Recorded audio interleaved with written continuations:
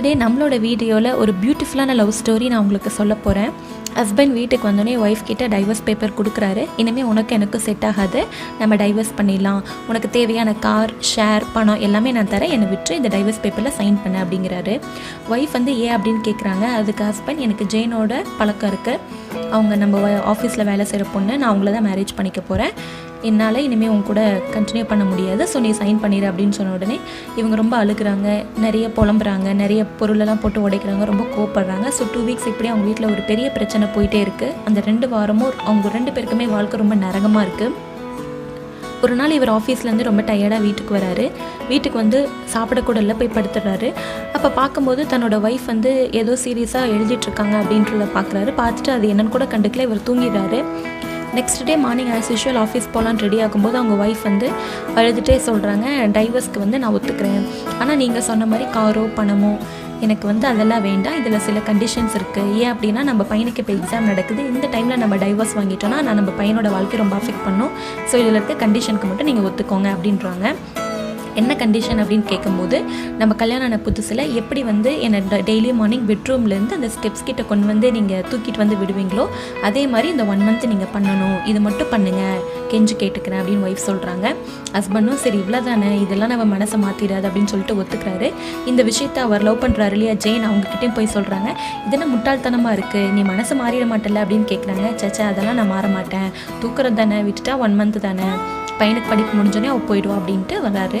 So next day மார்னிங்லேருந்து தூக்க ஆரம்பிக்கிறாரு. First day வந்து தன்னோட ஒய்ஃபை பெட்ரூம்லேருந்து தூக்கிட்டு ஸ்டெப்ஸ் கிட்ட வரும்போது 2 பேருமே ரொம்ப கிளம்ஸியாக ஃபீல் பண்ணுறாங்க. ஐ மீன் ஒருத்தர் ஃபேஸை வந்து அவங்க பார்த்துக்க கிடையாது. ஆனால் அவங்களோட பையன் இருக்காங்களே அந்த குழந்தை பின்னாடியே கை தட்டிட்டு ஹை அப்பா வந்து அம்மாவை தூக்கிட்டாங்களே அப்படின்னு சந்தோஷமாக வரான். ஸோ இந்த மாதிரி செகண்ட் டே, தேர்ட் டே இந்த மாதிரி போயிட்டு ஒவ்வொரு நாளும் தூக்கும்போது அவங்க 2 பேரும் கொஞ்சம் கொஞ்சமாக க்ளோஸ் ஆகுறாங்க. அப்போது அவங்களோட கல்யாண வாழ்க்கை, அவங்களோட காதல் வாழ்க்கை எல்லாமே ஞாபகம் வருது. ஒவ்வொரு நாளும் அவர் தூக்கும்போது அவர் வந்து அவரோட ஒய்ஃபை பார்க்கும்போது அவர் ஒய்ஃபோட கன்னத்தில் விழுந்த சுருக்கம், அந்த கையில் இருக்க சுருக்கங்கள், தன்னோட ஒய்ஃபோட முடியெல்லாம் கொஞ்சம் கொட்டி அவர் ரொம்ப மெல்லிசானதெல்லாம் ஃபீல் பண்ணி அப்போ அவர் நினைக்கிறாரு, இந்த 10 வருஷத்தில் நம்ம ஒய்ஃப் நமக்காக எவ்வளோ செஞ்சுருப்பா, நம்ம அவளை சரியாக பார்த்துக்கல, நம்ம அவளை சரியாக கண்டுக்கலன்ற அந்த மனக்கவலையில் தான் இவள் இப்படி ஆயிட்டா அப்படின்ட்டு ரொம்ப ஃபீல் பண்ண ஆரம்பிக்கிறாரு. டே பை டே தூக்க டே பை டே அவருக்குள்ள லவ் வந்து மறுபடியும் வெளியில் வர ஆரம்பிக்குது. ஒரு நாள் என்னாச்சு அப்படின்னா, அவர் வந்து தன்னோட ஒய்ஃபை தூக்க மறந்துட்டாரு. உடனே அந்த குட்டி பையன் போய் அப்பா கிட்ட, அப்பா நீங்கள் இன்றைக்கி அம்மாவை தூக்கவே இல்லைப்பா, வந்து தூக்கிட்டு போய் வாசலில் விடுங்கப்பா அப்படின்னு சொல்கிறான். உடனே அவங்க அப்பாவும் சிரிச்சுக்கிட்டே போய் அவங்களோட ஒய்ஃபை தூக்கிட்டு வந்து வாசப்படியில் விட்டுட்டு ஆஃபீஸ் போகிறாரு. ஆஃபீஸ் போகும்போது அவர் முடிவு பண்ணுறாரு, நம்ம ஒய்ஃபை கண்டிப்பாக நம்மளால் விட்டுட்டு இருக்க முடியாது அப்படின்ட்டு முடிவு பண்ணி இதை போய் ஜெயின் கிட்ட சொல்கிறாரு.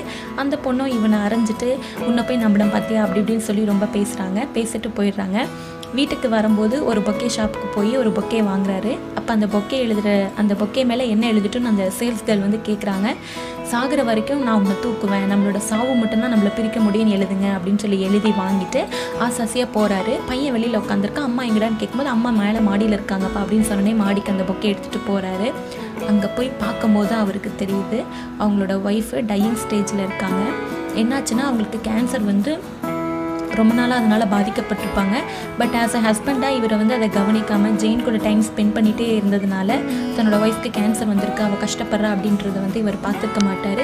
ஏன் வந்து கேட்டவுடனே டைவர்ஸ் கொடுக்காம ஏன் நம்ம சாக போகிறோன்ற விஷயத்த நம்ம ஒய்ஃப் நம்மக்கிட்ட மறைச்சா அப்படின்னு அந்த பொண்ணுகிட்ட கேட்கும்போது தான் சொல்கிறா, நம்ம வந்து 10 வருஷம் கல்யாணம் பண்ணி வாழ்ந்துட்டோம், நான் வந்து சாக போகிறேன்னு எனக்கு தெரிஞ்சிருச்சு, அந்த டைமில் தான் எனக்கு கேன்சர் வந்து நான் சாக போகிறேன்னு உங்ககிட்ட சொல்கிற டைமில் தான் நீங்கள் வந்து டைவர்ஸ் கொடுத்தீங்க, ஆனால் நமக்கு ஒரு பையன் இருக்கான், நான் வந்து நீங்கள் வேணால் என் மேலே வச்ச லவ் வந்து குறைஞ்சிருக்கலாம், இல்லை இப்போ நம்ம வாழ்ந்த வாழ்க்கை போர் அடிச்சிருக்கலாம், ஆனால் எனக்கு வந்து உங்கள் மேலே எப்போவுமே அந்த லவ் இருந்துகிட்டே தான் இருக்குது, நம்ம பையன் முன்னாடி எப்போவுமே நீங்கள் வந்து ஒரு லவ்விங் ஹஸ்பண்டாக ஒரு கேரிங் ஹஸ்பண்டாக தான் தெரியணும், நம்ம பையன் முன்னாடி நீங்கள் ஹீரோ மாதிரி தான் இருக்கணும் அப்படின்னு சொல்லிட்டு இறந்துடுறாங்க.